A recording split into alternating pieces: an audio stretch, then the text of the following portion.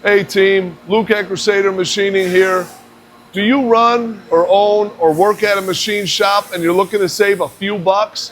If so, you're going to want to follow along for the next 7 to 8 minutes and listen to this video. I'm going to go over a few ways that every shop can save a couple extra bucks, which in this economy can be a huge deal. So as that wonderful introduction laid out, in this video, we're going to go over a few ways that I think that you can save a few extra bucks on in your business. Whether or not that's machining or any other type of manufacturing, and it can probably be applied to just about any business out there. First thing I want to talk about, tooling. We've all gone through, finding cheaper tooling, doing this and doing that. Something we adopted a few years ago that we still use today. We regrind used drills. Let's take a closer look. It would be safe to say that every shop that runs carbide drills has a drawer or a bucket full of worn or busted drills. These are the type of drills that we use, and probably on any given day, 5 different machines that we're running use solid carbide coolant through drills. And for those of you that work in a shop are familiar with what these look like. They were probably in there a little bit too long, should have been changed, but regardless of the fact, instead of throwing them in the garbage, we send them out for regrind. Now there's a couple caveats to this. These came back recently. Let's take a look. So that's what it looks like post grind. Pretty good job. Now, like I said, there's a couple caveats to this. The main thing is the edge prep is never the same from the original manufacturer. We find that when we buy a drill from the manufacturer brand new, we get, X amount of tool life. Once we send for regrind, and notice that the tool life we get is about 50 to 75% versus new. But for us, that's still worth it because the cost of regrind is 1/5 of a new drill. Now, I've never been the type to be a math whiz, a Goodwill Hunting type. But what I do know is our cost to have these regrind is about 1/5 to 1/3 of the cost of a brand new drill. But our tool life is about 50% to 70% of a new one. So in the end, we have a net positive after using these drills that we send for regrind. When a drill wears, but it's still able to be reground, we take it out, we put in a new one. Then we wait till we have 3 or 4 of them, we send them out. The next money-saving tip, I think, that work across the board in machine shops, something I've stressed on a couple videos before, but I can't stress it enough because it's overlooked. Get down that cycle time on long-running jobs. I made a video a few videos ago where I talked about one. I saved 75 hours of machine time by taking 1 second off of my cycle time. For those of you that quote, that are familiar with the managing and the running of the business, can understand 75 hours worth of machine time. Do the math and run that by what you charge per machine hour. And I know that's not practical for every shop and for every application, but it might be something for you to think about if you want to increase your bottom line. What can you do to get those cycle times to make that part as fast as possible on a machine? You might want to check out the video I make where I went into more detail on it.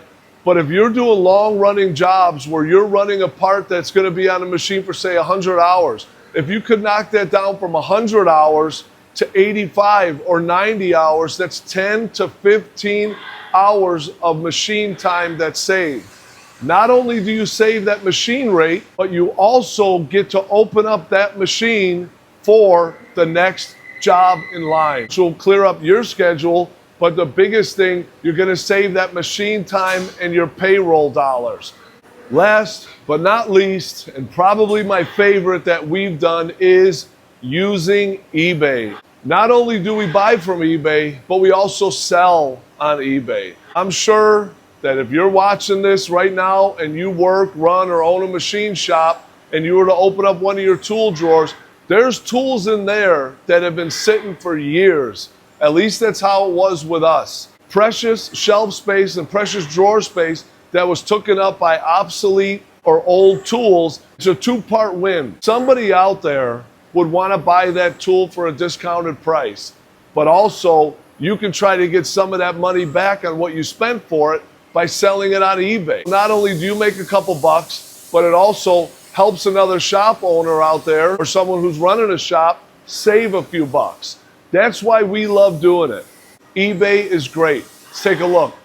So this is our eBay shelf. Obsolete tools, for instance, this big center, and instead of tossing it in the trash, we're listed on eBay. Maybe someone will buy it. Old collets that we've had. These are really somewhat obsolete, but someone could use it. Old tool holders, Sandvik drills that we bought for a job that we have no need for. You get the eBay store up and running. Someone can use what you don't need anymore. So that's how we arrange our selling on eBay. Now, has that came back to bite me in the buns? Yes. I sold a couple of live centers that were sitting in the drawer for probably 5 years. And then a year later, a job came up that I needed one. But you can't win them all. No big deal. Take it on the chin, you move on. But what I think is really cool is not only selling it on eBay, but what we found on eBay.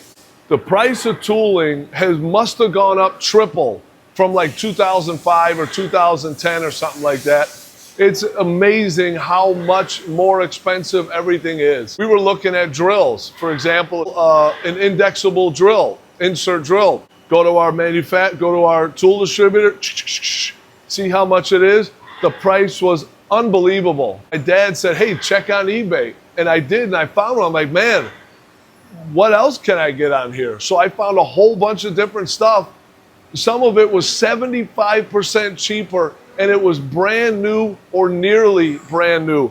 And everything that I purchased on eBay, 100% of the items came in as described. They worked well, no problems. We even buy gauges on eBay that come with the short form cert that they were calibrated. And gauges are not only expensive, but if you're going to buy like a 3B gauge, it might not be in stock and you have to wait. So we were able to buy gauges that we needed for a job. We got it quoted, price was expensive, and it was out of stock. We found it on eBay for really, really fair pricing. So it's a win-win. Win for them, they get it off the shelf. Win for us, we get a gauge that we need for a great price. We buy loads of stuff on eBay, and it's been a huge win. Hey team, I hope you liked the video. That was a few ways that we use to save money, and maybe you can use them too. And if you like the video and find value, consider giving me a subscribe to the channel and sharing it with someone that you think can get value from it. Give me a thumbs up and drop a comment. And I am amazed at all the comments I do get on my channel. So if you're new to here, or even if you're not, check out my other videos and look at all the comments. I guarantee you're gonna find something that you haven't heard and that you can learn. When I started the channel, I never intended that to happen, but it worked out really well that loads of people comment their ideas, their experiences, their shop practices, and every video I drop, I swear to you, I learned something new from someone that drops a comment, and I absolutely love it. Drop a comment, let's get the convo rolling. Thank you for watching. Follow me on all my socials, TikTok, Instagram, Facebook, and of course here at YouTube. Thank you so much for watching, and we'll catch you next time.